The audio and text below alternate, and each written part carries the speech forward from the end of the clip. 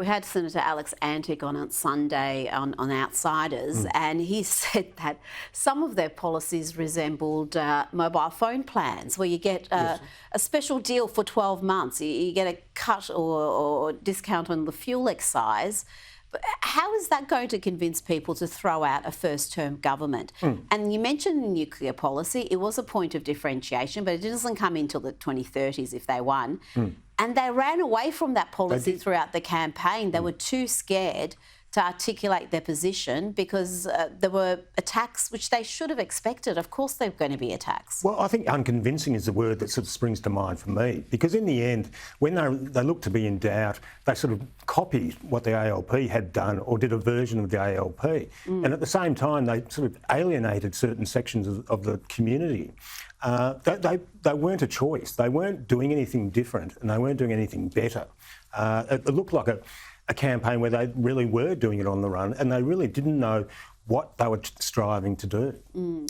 Now, to an interesting piece in the Australian Financial Review by Tricia Jar on the woes facing the Liberal Party, she writes about the error of thinking that to appeal to women, to appeal to professionals and millennials, the Liberals must change or compromise their values.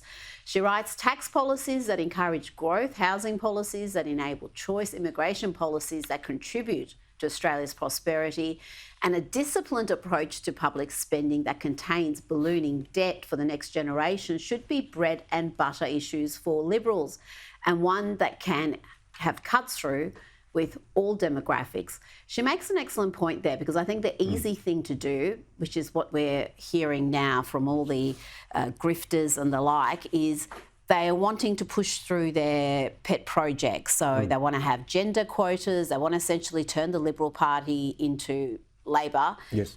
We already have a Labor Party. If people want to vote for Labor, they vote for Labor.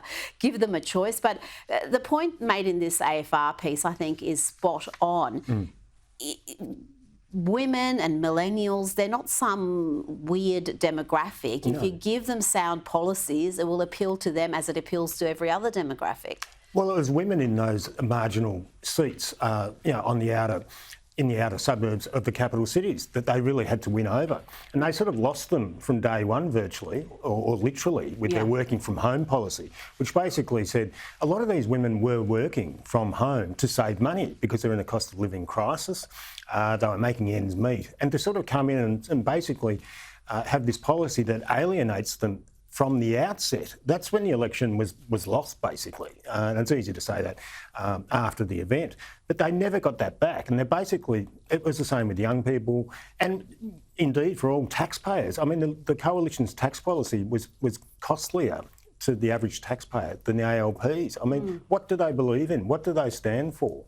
Well, we'll wait and see, because I think it's going to be crucial, the next leader of the Liberal Party. If they go the wrong way with that, then they can have many more years of pain. The rebuild needs to start, and needs to start very quickly. Patrick Carlyon, thanks for your time.